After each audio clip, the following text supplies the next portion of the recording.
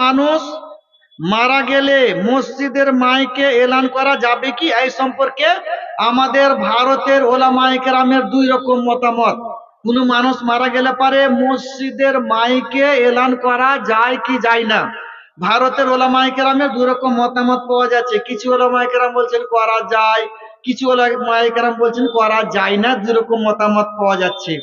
তবে এই মাদ্রাসাতে পড়া হয় বুলুগুল মারাম, ওর একখানা ব্যাখ্যা গ্রন্থ আছে সবুলুস সালাম, মাদ্রাসাতে হবে সবুলুস সালাম।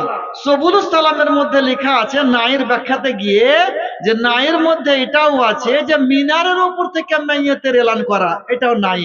উনি সবুলুস সালামের মধ্যে আল্লামা আমির আমিনী লিখেছেন।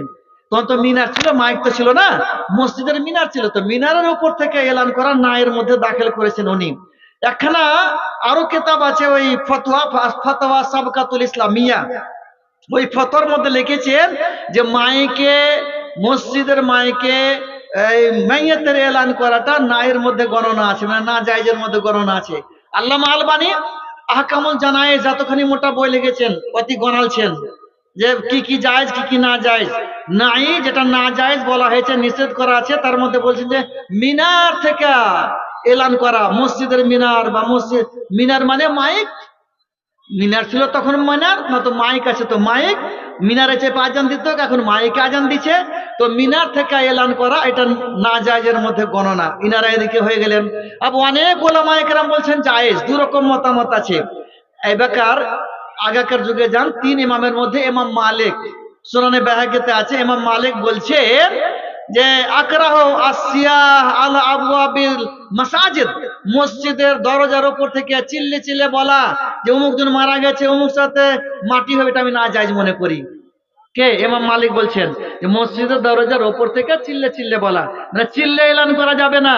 হ্যাঁ, মুসাল্লিরা আপোষে যদি গল্প করে অমুক জন মারা গেছে, অমুক সময় মাটির গল্প করতে পারে, এটা সংবাদ এক অপরকে দিতে পারে।